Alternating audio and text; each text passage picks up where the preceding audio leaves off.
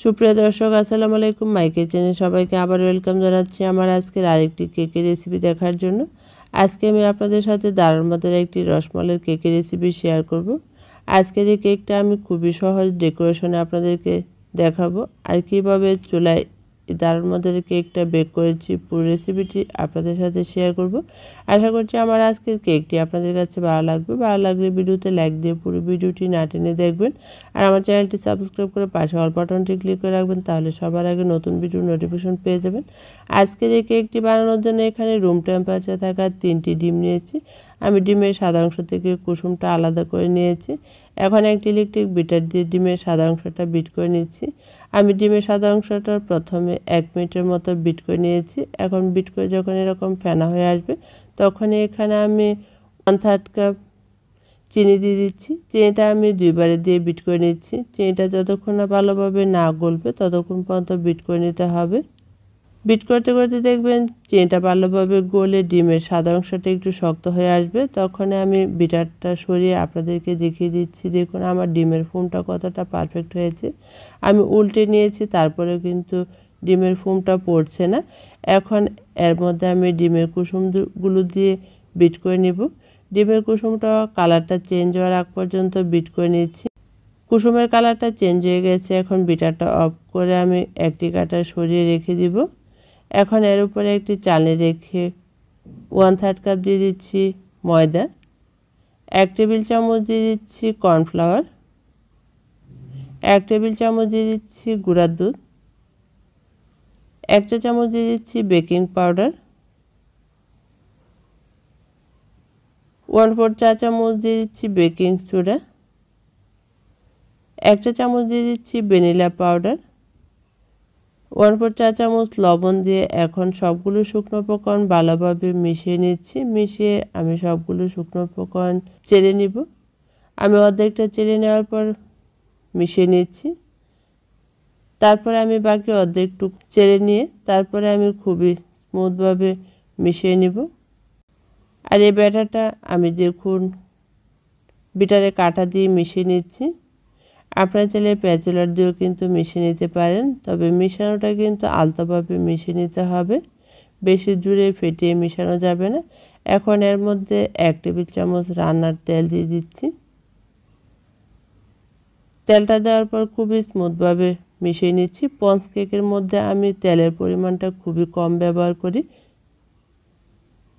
মিশিয়ে নেওয়া হয়ে গেছে। এখন আমি প্যাচুলার দিয়ে আপনাদেরকে ব্যাটারটা দেখিয়ে দিচ্ছি। ব্যাটারটা কিন্তু খুবই স্মুথভাবে মেশানো হয়ে গেছে। দেখুন এখানে আমি 7.5 ইঞ্চি একটি মোল্ডের মধ্যে 1 চা চামচ রান্নার তেল দিয়ে দিচ্ছি। তেলটা দেওয়ার পর আমি এখানে লেখালেখির কাগজটা বসিয়ে দিয়েছি। এখন পুরোটা ব্যাটার এই কেক মোল্ডের মধ্যে ঢেলে নিব, ভালোভাবে ট্যাপ করে নিব।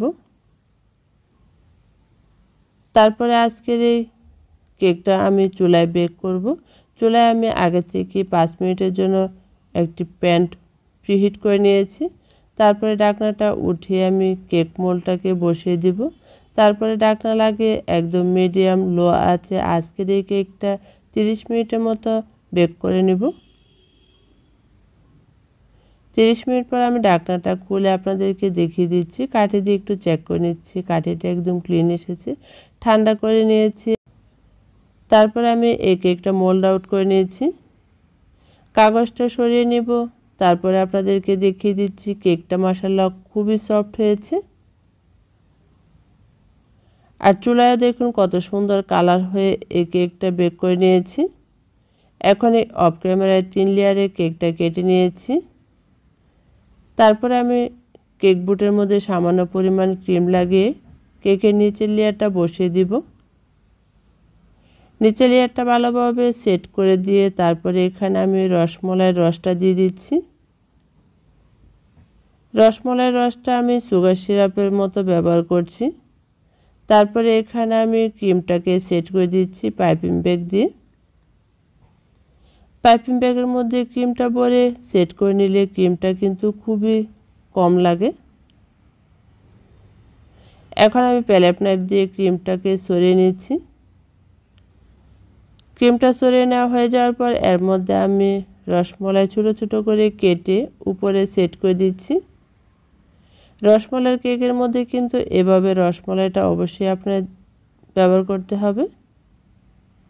এখন আমি দ্বিতীয় লেয়ারটা বসিয়ে দিয়ে একই রকমভাবে রসমালাইয়ের রসটা দিয়ে দিচ্ছি।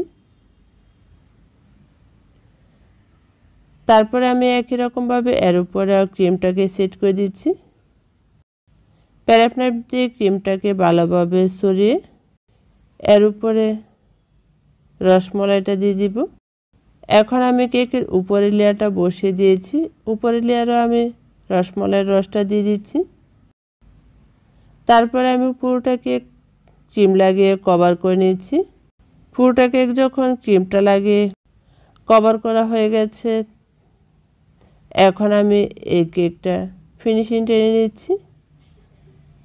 প্যালেট নাইফটা বারবার মুছে মুছে তারপরে ফিনিশিং টেনে নিব। আমি এখানে ব্লেড নাইফ দিয়েও কিন্তু খুবই ভালোভাবে ফিনিশিং টেনে নিচ্ছি। ফিনিশিং টানা হয়ে যাওয়ার পর এই কেকটা আমি নর্মাল ফ্রিজে রেখে দিব 10 মিনিটের জন্য ক্রিমটা সেট হওয়ার জন্য। 10 মিনিট পর আমি এর উপরে গোলাপ নজল দিয়ে ডিজাইন করে নিচ্ছি। পুরোটা কেকের মধ্যে আমি একই রকম ডিজাইন করে নিব। ডিজাইনটা সম্পূর্ণটা আমি আমার পছন্দ মতো করে নিচ্ছি। আপনাদের পছন্দ মতো যে কোনো ডিজাইন করে নেবেন। এখন আমি মাঝখানে ফাঁকা জায়গার মধ্যে ডিজাইন করে নিয়েছি। তারপরে আমি একই নজল দিয়ে নিচের বর্ডারটা দিয়ে দিচ্ছি। এখন এর উপরে আমি রসমালাইটা দিয়ে আর একটু কালারফুল করে নিচ্ছি। হোয়াইট গানাশের মধ্যে ইয়েলো কালার দিয়ে তারপরে গানাশটা সেট করে দিচ্ছি।